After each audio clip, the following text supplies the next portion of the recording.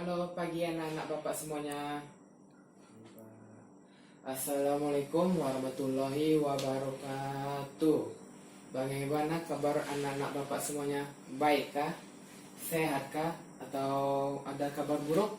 Nah, mudah-mudahan di kali ini tidak ada kabar buruknya ya. Baiklah, sebelum kita memulai pelajaran pada hari ini, yaitu pelajaran tentang sosiologi, marilah kita berdoa dulu untuk meminta perlindungan kepada Allah Subhanahu wa taala dan ilmu kita ini diberi rahmat kepada dari Allah. Berdoa mulai. Berdoa selesai. Sebelum kita memulai pembelajaran pada hari ini, marilah kita ambil absen dulu untuk di kelas IPS kelas 11 IPS ya. Baik, yang pada tanggal 12 Februari. Yang pertama Agus hadir, Bunga hadir, Cici hadir, Catur hadir. Baiklah, pada lokal yang Bapak ajari pada hari ini semuanya hadir semuanya. Atau nilai apus untuk kalian semua. Baiklah, materi yang Bapak ajarin pada hari ini yaitu, ada yang tahu? Ada yang udah membaca di rumah materinya?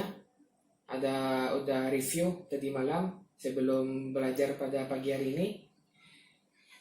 Ada yang belum?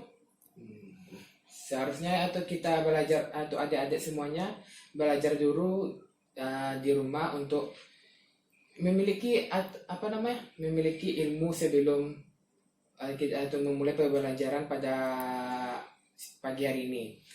Materi yang pertama ini yang Bapak jelaskan adalah objek kajian sosiologi. Objek kajian sosiologi ini pengertiannya ada atau objek kajian sosiologi ini ada secara umum ya, ada dua macam, yaitu objek material. Anak-anak Bapak ada yang tahu apa itu objek material? Yang pertama,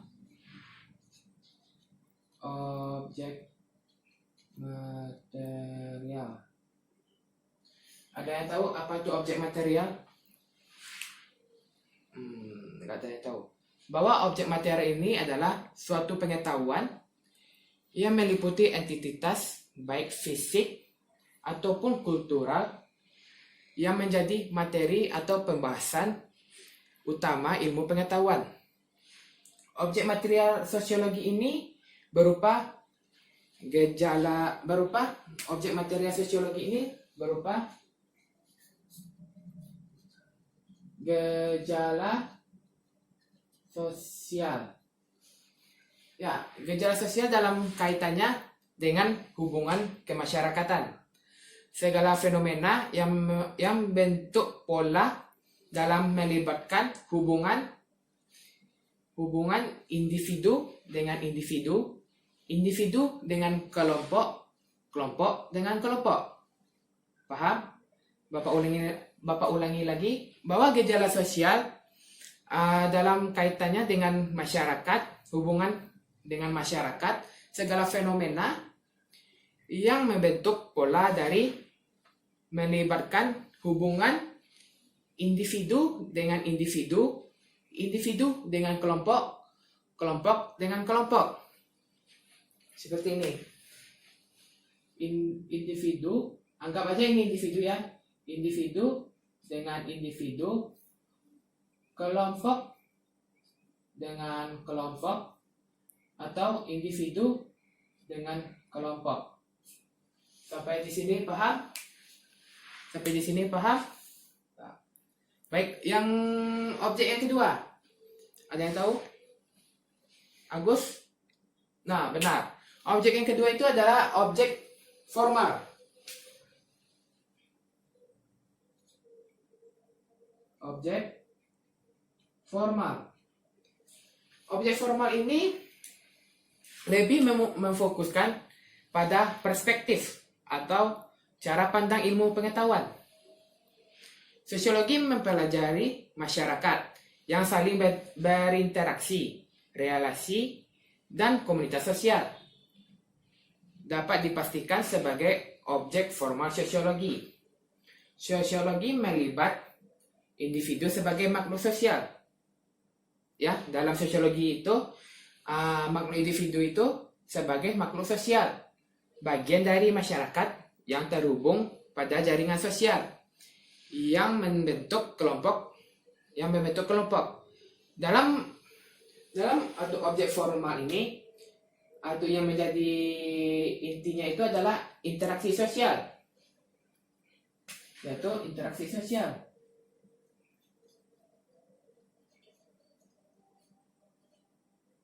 Ya, di dalam objek formal ini yang menjadi intinya itu adalah interaksi sosial.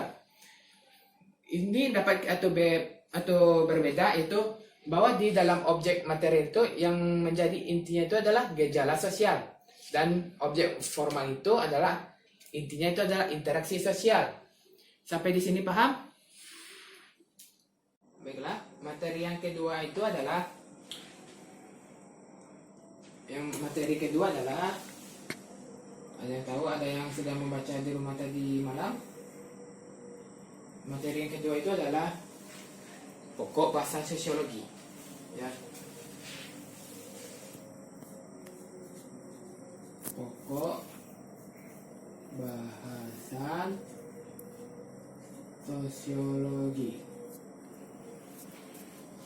Pokok bahasa sosiologi ini sebagai dari salah satu ilmu sosial. Pokok bahasa sosiologi membahas seputar manusia dan kehidupan sosialnya. Bapak ulangi lagi. Pokok bahasa sosiologi ini membahas tentang manusia dan kehidupan sosialnya. Dalam atau pokok bahasa sosiologi ini ada 4 pokok bahasan. Ada yang tahu 4 pokok bahasanya? Yaitu yang pertama adalah, ada yang tahu? Yang pertama itu fakta sosial. Fakta sosial itu sebagai pedoman dalam bertindak serta berpikir yang muncul dari luar individu yang mempunyai kekuatan untuk memaksa individu tersebut. Ada tanya, Pak, contohnya? Ya, contohnya seperti pengendara motor. Pengendara motor itu kan diwajibkan memiliki SIM. Bagi yang usia 18 tahunnya harus memiliki SIM. Dalam mengendara harus wajib memakai helm. Kenapa begitu? Karena yang semua itu telah diatur atau yang telah tertuang dalam undang-undang lalu lintas. Kalau kita melanggarnya, Pak, maka kita kena sanksi. Ya, kena sanksi. Itu contoh kecil dari fakta sosial. Yang kedua, itu adalah tindakan sosial. Yang kedua adalah tindakan sosial. Apa itu tindakan sosial? Ada yang tahu apa itu tindakan sosial? Tindakan sosial merupakan tindakan yang dilakukan atas dasar mempertimbangkan perilaku orang lain. Contohnya, kita menjalankan prosesi peribadahan sesuai dengan anjuran dan tuntunan agama masing-masing. Yang kedua, contohnya seperti membantu apa? Ada yang tahu? Cici. Ada yang tahu? Nah, betul. Bahwa contoh yang kedua itu membantu orang lain dengan mengharapkan imbalan berupa materi. Itu salah satu salah satu contoh kecil dari tindakan sosial. Sampai yang kedua, anak-anak Bapak semuanya paham? Alhamdulillah. Yang ketiga itu adalah imajinasi sosial.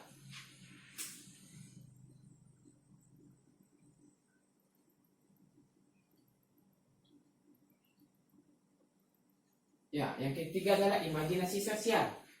Apa itu imajinasi sosial, Pak? Ya, imajinasi sosial ini ialah pemahaman atas yang terjadi di masyarakat. Ya, pemahaman yang terjadi di masyarakat dan hubungannya dengan apa yang terjadi di dalam diri sendiri. Contohnya, secara sederhananya, kamu mengetahui, anak-anak Bapak mengetahui kan semuanya bahwa tidak menggunakan atau kamu atau kalian tidak menggunakan helm saat berkendara. Lalu kalian atau membayangkan ya, secara imajinasi membayangkan jika separuh penduduk di lingkungan kalian melakukan tindakan yang sama, apakah polisi tetap akan memberikan sanksi? Nah, itu yang kalian bayangkan. Apakah polisi tetap memberi kita sanksi? Ya, pastilah. Karena itu sudah tercantum dalam peraturan undang-undang. Yang keempat menurut Bapak, maksud Bapak. Yang keempat itu adalah realitas sosial. Ya, ini sharing keluar nih. Realitas sosial.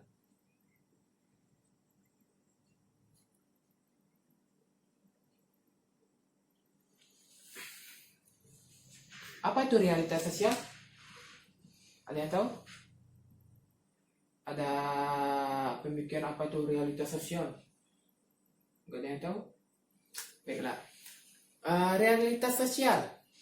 Realitas sosial itu adalah kenyataan atau fakta. Ya, kenyataan atau fakta. Kenyataan atau fakta yang terjadi hidup di masyarakat sebagai hasil dari konstruksi sosial. Ya, hasil dari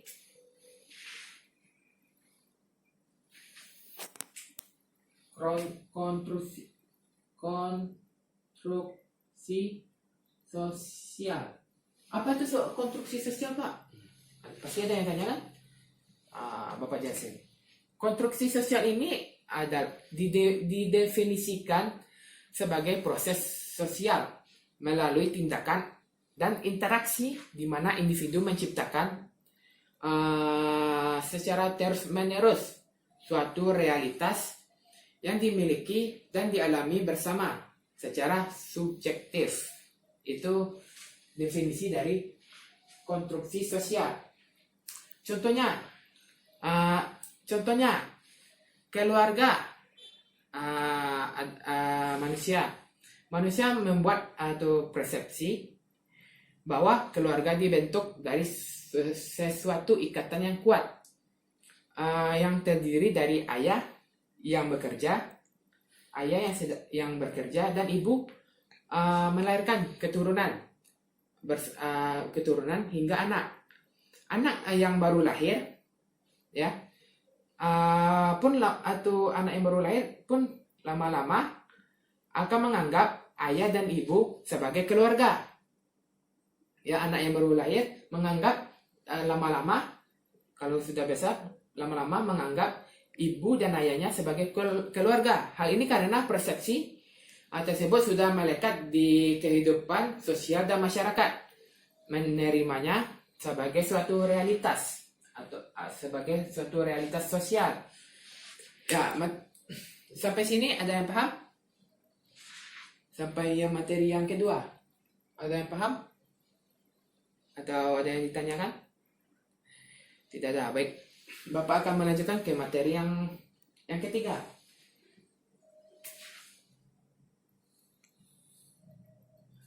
Materi yang ketiga ini adalah tentang metode dalam sosiologi. Secara umum ya, metode dalam sosiologi itu ada berapa secara umum? Ada yang tahu? Cici? Ada 2. Ya, secara umum metode dalam sosiologi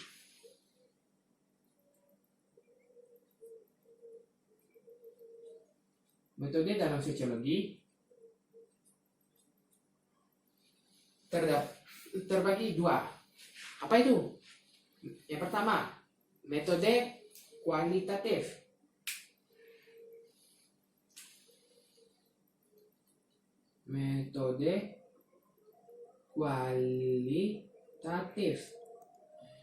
Metode kualitatif itu adalah merupakan metode sosiologi yang menekankan pada pengumpulan dan penggunaan data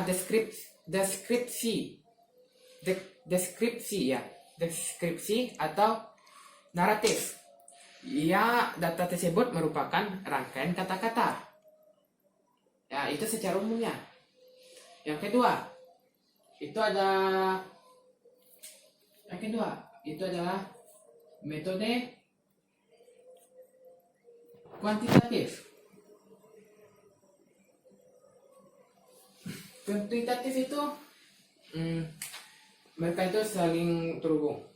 Bahwa metode kuantitatif merupakan metode sosiologi yang menekankan pada pengumpulan dan penggunaan data numerik atau seperti angka-angka, data yang berbentuk angka-angka. Penggunaan angka dimasukkan untuk mengukur secara numerik gejala sosial yang terjadi di masyarakat. Ya, begitu.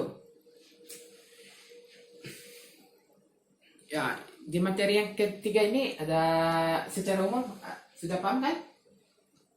Alhamdulillah. Baik, kita masuk yang materi terakhir. Materi terakhir yang kita bahas pada hari ini yaitu tentang perspektif sosiologi. Ya, anak, perspektif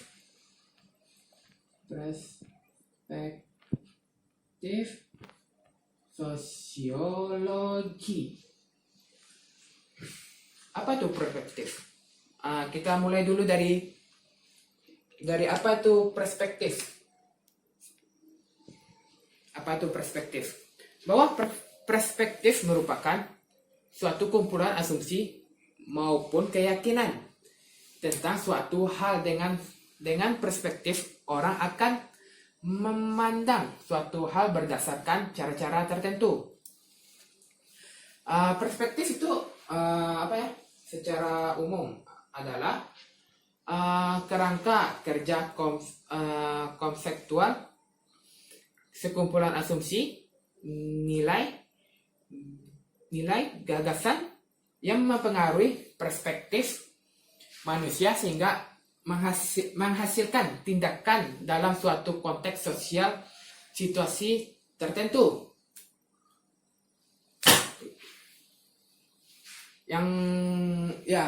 Ini atau perspektif itu bisa dijelaskan sebagai konsep kerja konseptual, sekumpulan asumsi, nilai, gagasan yang mempengaruhi perspektif manusia sehingga menghasilkan tindakan dalam suatu konteks situasi tertentu.